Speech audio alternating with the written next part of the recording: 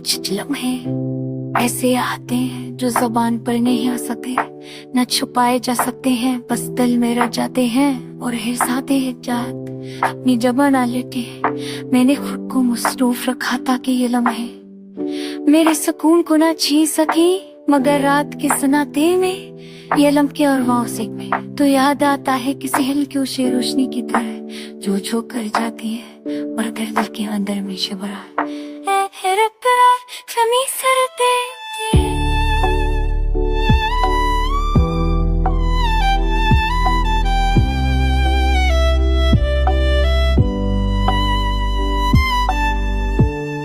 दिन के वक्त में आम इंसान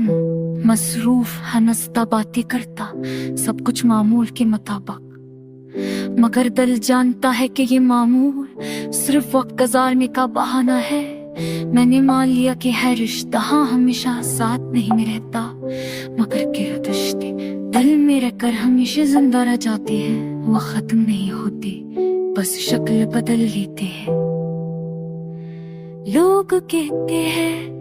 वक्त सब ठीक कर देता है, मैं मस्करा देता हूँ क्योंकि वो नहीं चाहते कि कुछ यादें वक्त से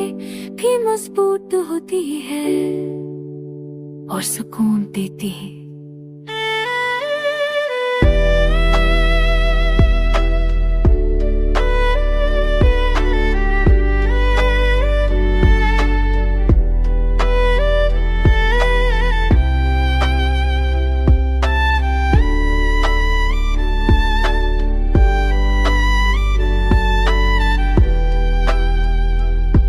अब ये दिल काम बोलता है, ज्यादा समझता है